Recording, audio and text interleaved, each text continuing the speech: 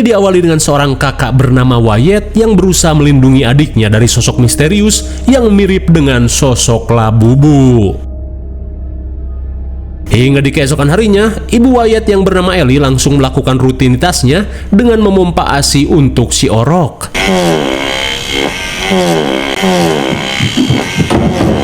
Mendengar suara gedebruk di kamar si orok, Ellie yang khawatir bergegas mengeceknya.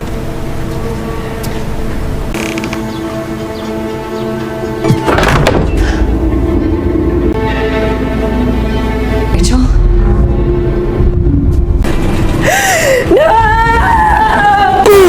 My God, betapa syoknya Ellie saat mendapati oroknya yang bernama Rahel sudah tidak bernyawa. Lantas, apa yang sebenarnya terjadi pada si orok? Sabar, karena film pun baru dimulai.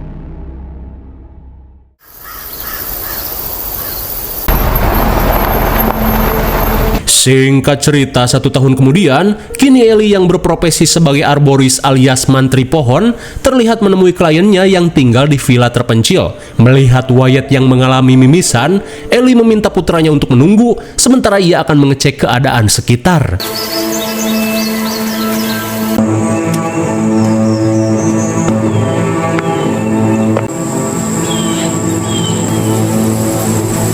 Mr. Randolph?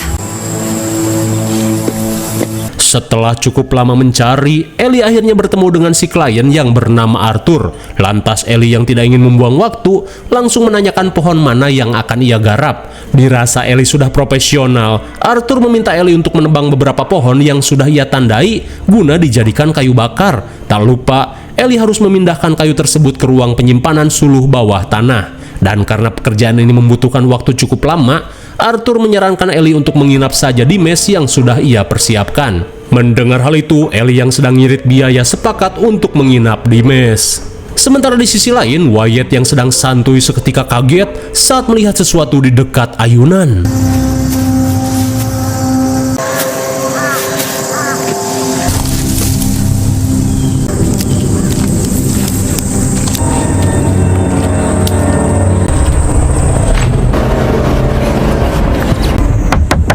Wow. Sontak Wyatt pun syok parah saat menemukan bola ruyuk yang pernah ia lihat di rumahnya. Lantas, Ellie yang selesai bernegosiasi langsung mengajak Wyatt untuk segera berkemas.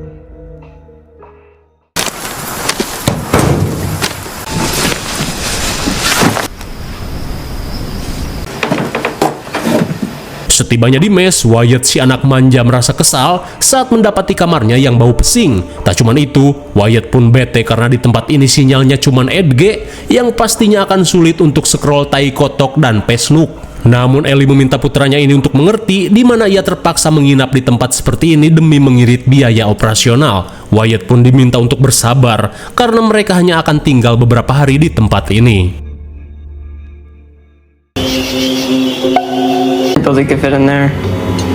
Saat makan malam, Wyatt pun kesal saat melihat ibunya mabok dari botol Tupperware supaya ngebego-begoin dirinya. Padahal Wyatt sudah tahu jika si ibu masih sering mabok-mabokan pasca meninggoinya si adik. Di tengah kekesalan, Wyatt yang tidak terima langsung mengungkit-ngungkit kematian Rahel yang ia yakini sebagai keteledoran ibunya. Tak cuma itu, untuk membuat mental si ibu tersiksa, Wyatt langsung menyetel suara Rahel ketika masih hidup.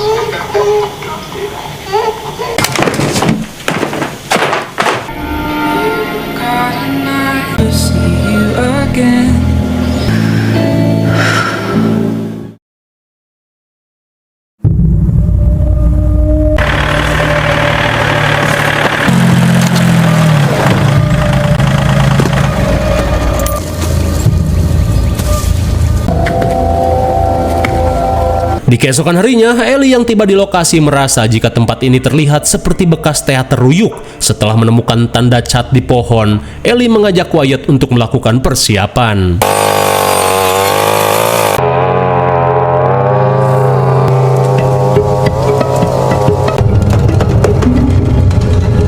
Wyatt. Singkat waktu, Ellie pun heran dengan Wyatt yang tiba-tiba hilang entah kemana.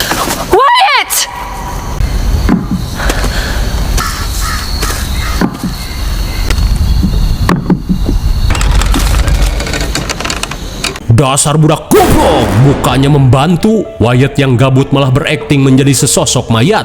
Daripada melakukan hal yang konyol, Ellie meminta Wyatt untuk bermain di tempat lain.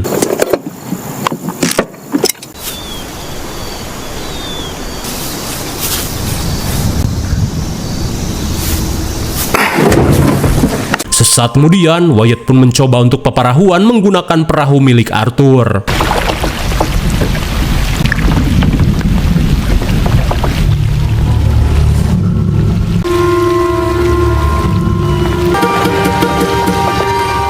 Namun setibanya di tengah empang, seketika Wyatt pun kaget saat melihat sosok aneh berkostum burung gagak.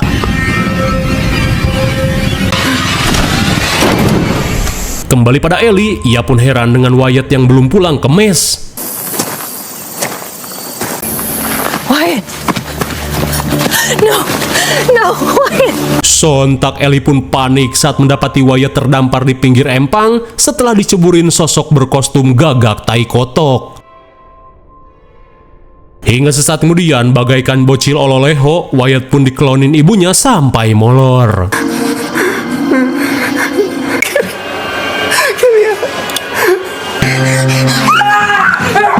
Di malam harinya, Wyatt terlihat mengalami mimpi buruk seolah mendapat tekanan mental yang ekstrim. Apakah semua ini ada kaitannya dengan sosok berkostum gagak tai kotok?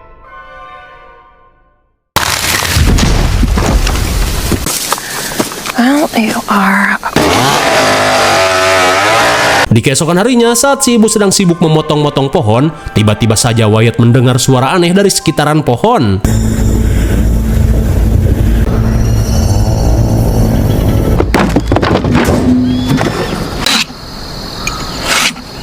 Beberapa saat kemudian, Ellie menanyakan tentang mimpi yang semalam Wyatt alami. Lantas Wyatt berkata jika semalam dirinya bermimpi diteror sosok berkostum gagak yang menghabisi Rachel ketika sedang tidur. Mendengar hal itu, Ellie memperingatkan Wyatt untuk berhenti memikirkan kejadian pahit itu. Terlebih menurut dokter, Rachel meninggoy akibat mengalami henti jantung secara mendadak. Lantas, Wyatt diminta untuk segera membawa muatan kayu ke rumah.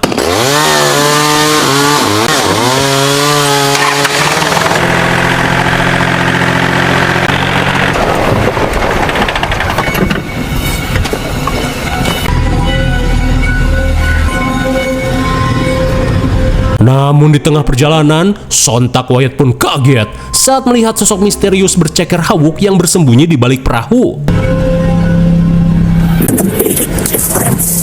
Tiba-tiba saja sosok ini memberitahu jika arwah Rachel tidak akan tenang di alam sana karena sebenarnya Rachel juga ingin hidup di dunia dan menjadi menteri SDM.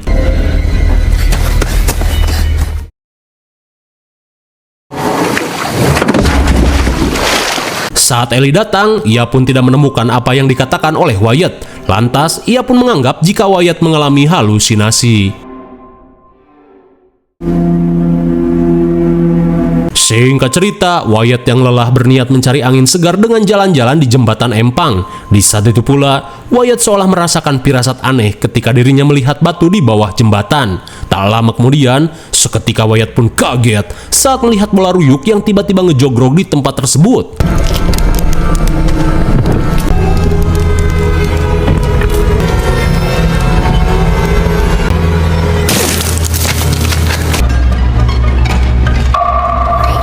Betapa syoknya Wyatt saat melihat kemunculan sosok bocil berkostum rusa. Di saat itu pula, kepanikan semakin menjadi saat ia mendengar jika sebenarnya Rachel mati akibat terbunuh.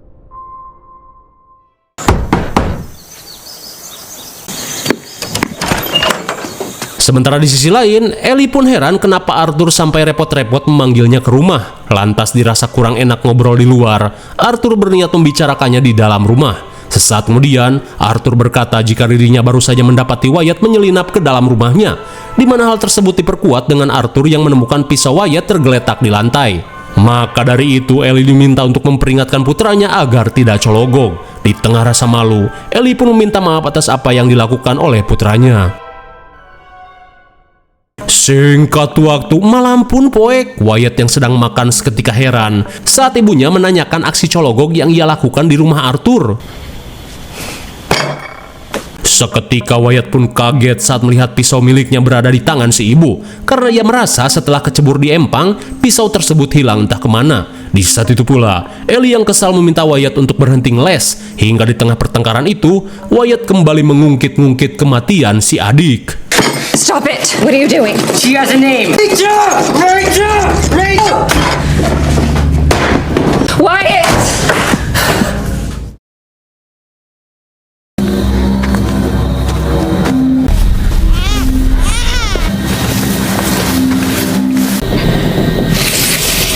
Di tengah rasa frustasi, Wyatt pun heran saat mendengar suara dari tumpukan kayu. Rupanya, suara tersebut merupakan sosok misterius di balik topeng gagak yang berusaha meminta pertolongan. Dan entah apa yang direncanakan sosok ini, ia pun berusaha untuk mempengaruhi Wyatt.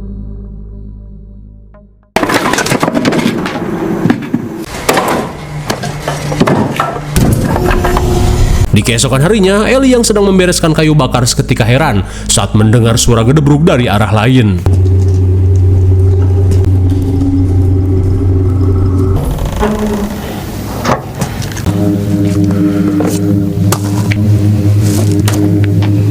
Sontak Ellie pun terperangah saat menyadari jika di tempat ini memiliki ruangan rahasia.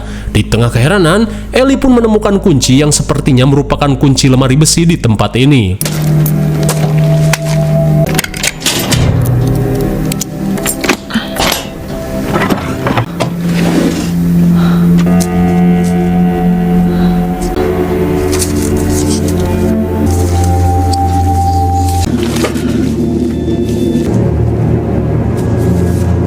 Seketika Ellie pun kaget saat menemukan foto-foto dan potongan koran yang memberitakan tragedi tewasnya 7 anak di rumah Arthur yang terjadi 60 tahun silam. Tak sampai di situ, Ellie pun menemukan baju-baju cosplay hewan yang sempat digunakan oleh para bocil di tempat ini.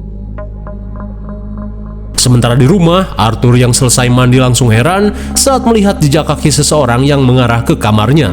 Dirasa maling, Arthur yang khawatir bergegas mengeceknya. Sontak Arthur pun kaget saat mendapati kamarnya berantakan bak diacak-acak monyet rabies. Melihat seseorang di luar, Arthur pun bergegas untuk menangkapnya.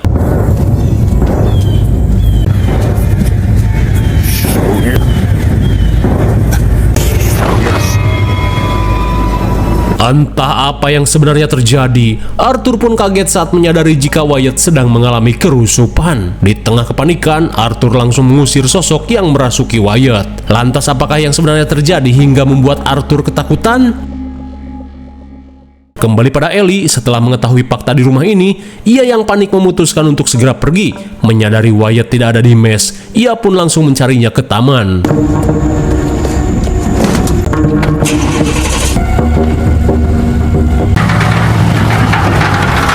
Setibanya di taman, Ellie langsung mengajak Wyatt untuk segera pergi. Namun di saat itu pula, seketika Ellie heran dengan Wyatt yang menolak ajakannya.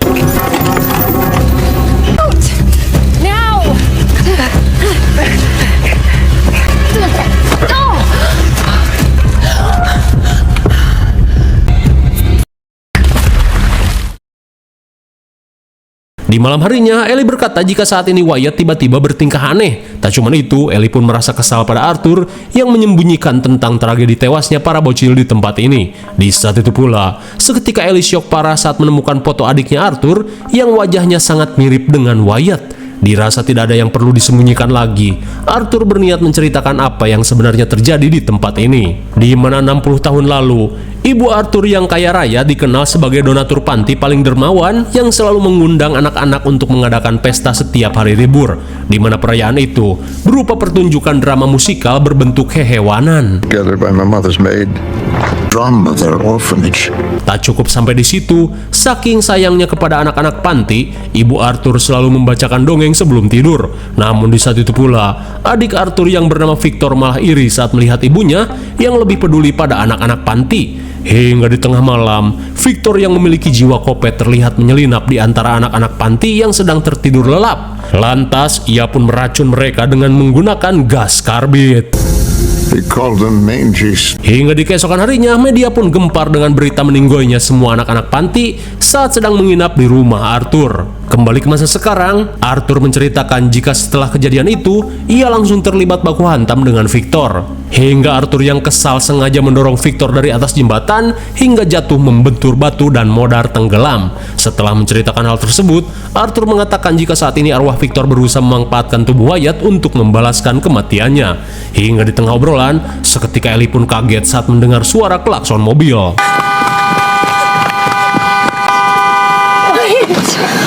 Di saat itu pula, Wyatt yang ketakutan berkata jika dirinya selalu diteror oleh para bocil bersetelan hewan. What are you talking about? She's shits. Daddy asked me one more and she fucking strays. Rupanya arwah-arwah bocil panti ini menganggap jika Wyatt adalah Victor karena wajahnya yang sangat mirip.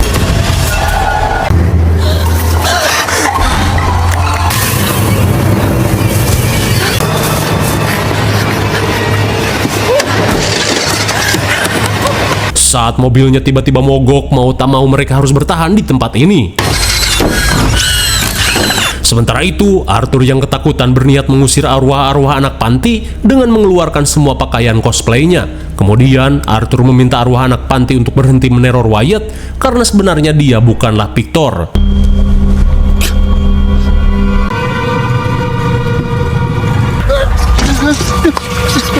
Akan tetapi, para arwah ini meminta Arthur untuk menghabisi Victor di dalam diri Wyatt. Kalau tidak, Arthur akan menggantikannya modar secara mengenaskan.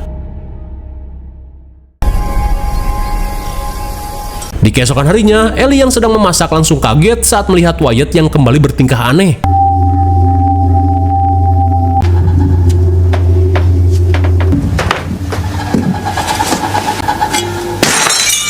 Setelah melihat tingkah aneh Wyatt, Ellie pun heran saat mendengar suara keran yang mengalir.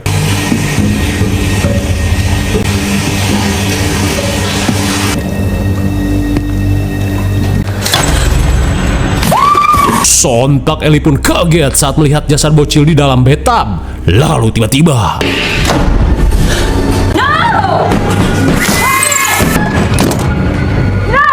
kepanikan Ellie semakin menjadi saat dirinya dikurung oleh Wyatt yang kerusupan.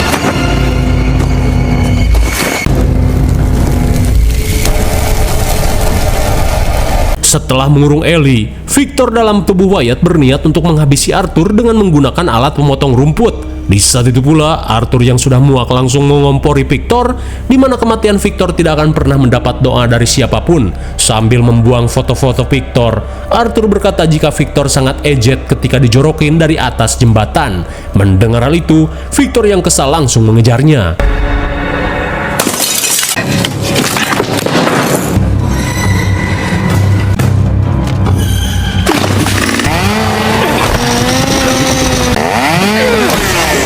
Bisa kita lihat saat ini anak-anak panti berusaha untuk menghabisinya.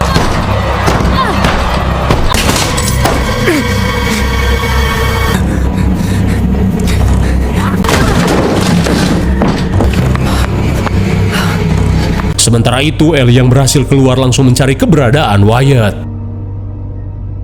Kembali pada Wyatt, sontak ia yang baru sadar langsung heran saat tiba-tiba berada di hutan. Namun tak lama kemudian, arwah Victor kembali berusaha mengambil alih tubuhnya.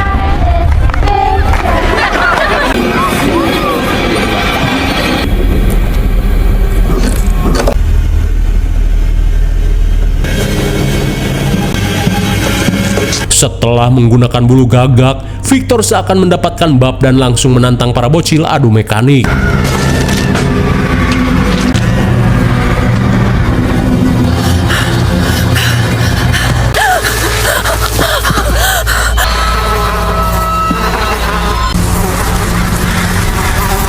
Singkat waktu, Ellie yang tiba di hutan seketika syok parah saat mendapati jasad anak-anak panti dibantai oleh Victor. Di malam harinya, Arthur yang sedang menenangkan diri kembali teringat akan masa lalunya.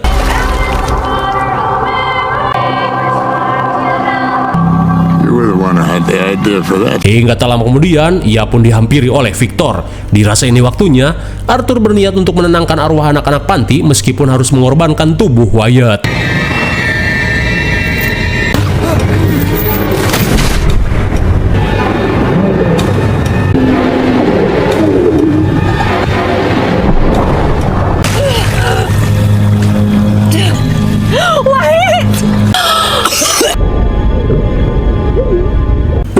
Untung saja Ellie pun masih sempat menyelamatkan Wyatt. Sementara itu, Arthur harus ngebebengkang tenggelam di dasar kolam. Setibanya di mes, Ellie mengajak Wyatt untuk segera pergi dari tempat ini.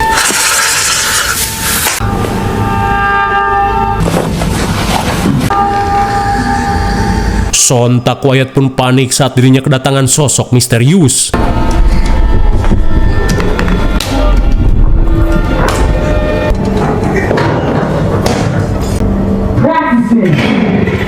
Di saat itu pula, Ellie pun heran saat mendengar suara gedebruk di kamar Wyatt. Put the chain brake on. Test the chain brake. Danny, you're too small. The kickback. You know what kind of damage that'll do to your leg? Bara Rosen. Rupanya arwah Victor masih berada di dalam tubuh Wyatt.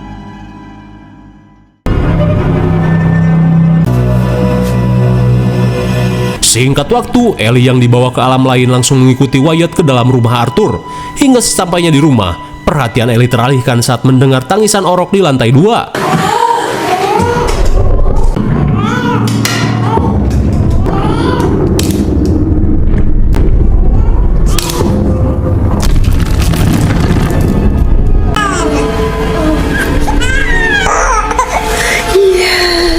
Betapa bahagianya Ellie saat ia bisa kembali memangku Rachel. Namun di saat itu pula, Victor berkata jika sebelum dirinya pergi, Ellie harus mengetahui fakta sebenarnya yang dilakukan oleh Wyatt.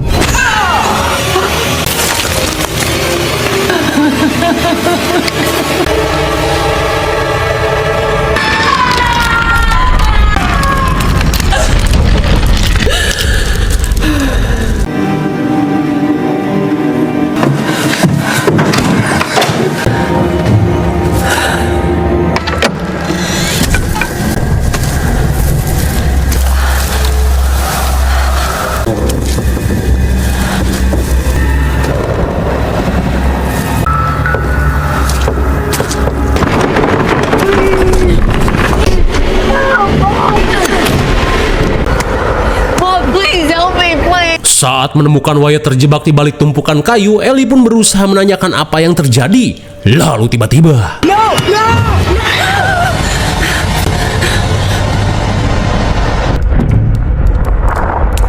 He settled if I just held her on the couch for a little while. di tengah kepanikan, Wyatt pun akhirnya meminta maaf atas apa yang terjadi pada adiknya. Ternyata, selama ini si adik tewas akibat perbuatan Wyatt, di mana pada saat itu, Wyatt yang sedang bergadang berusaha menenangkan Rachel yang menangis. Hingga setelah ditenangkan, Wyatt pun rebahan bersama adiknya di sofa. Akan tetapi, ia yang ketiduran tidak sengaja menindih Rachel hingga tewas kehabisan napas. Menyadari adiknya sudah meninggoy, Wyatt yang panik langsung mengembalikan adiknya ke kasur dan merahasiakan kematiannya. Ia pun malah menuduh si ibu yang tidak becus mengurus Rachel. Meskipun gedek, Ellie yang tidak ingin kehilangan putra satu-satunya bergegas untuk menyelamatkannya. Betapa leganya Ellie saat dirinya berhasil menyelamatkan Wyatt. Meskipun syok dengan fakta kematian Rachel, Ellie berusaha tegar untuk menenangkan putranya. Akan tetapi, mereka harus terjebak di tempat ini untuk selamanya. Lalu, film pun sudah berakhir. Bagaimana film yang cukup ngadi-ngadi bukan? Tak ada yang perlu dijelaskan lagi karena terlalu berbelit-belit. Mungkin sini saja review dan pembahasan film The Arborist tahun 2025. Jangan lupa like dan subscribe supaya kalian tidak ketinggalan jika ada video menarik lainnya dari Sekahayang. Thanks for watching and see you next video. Bye-bye.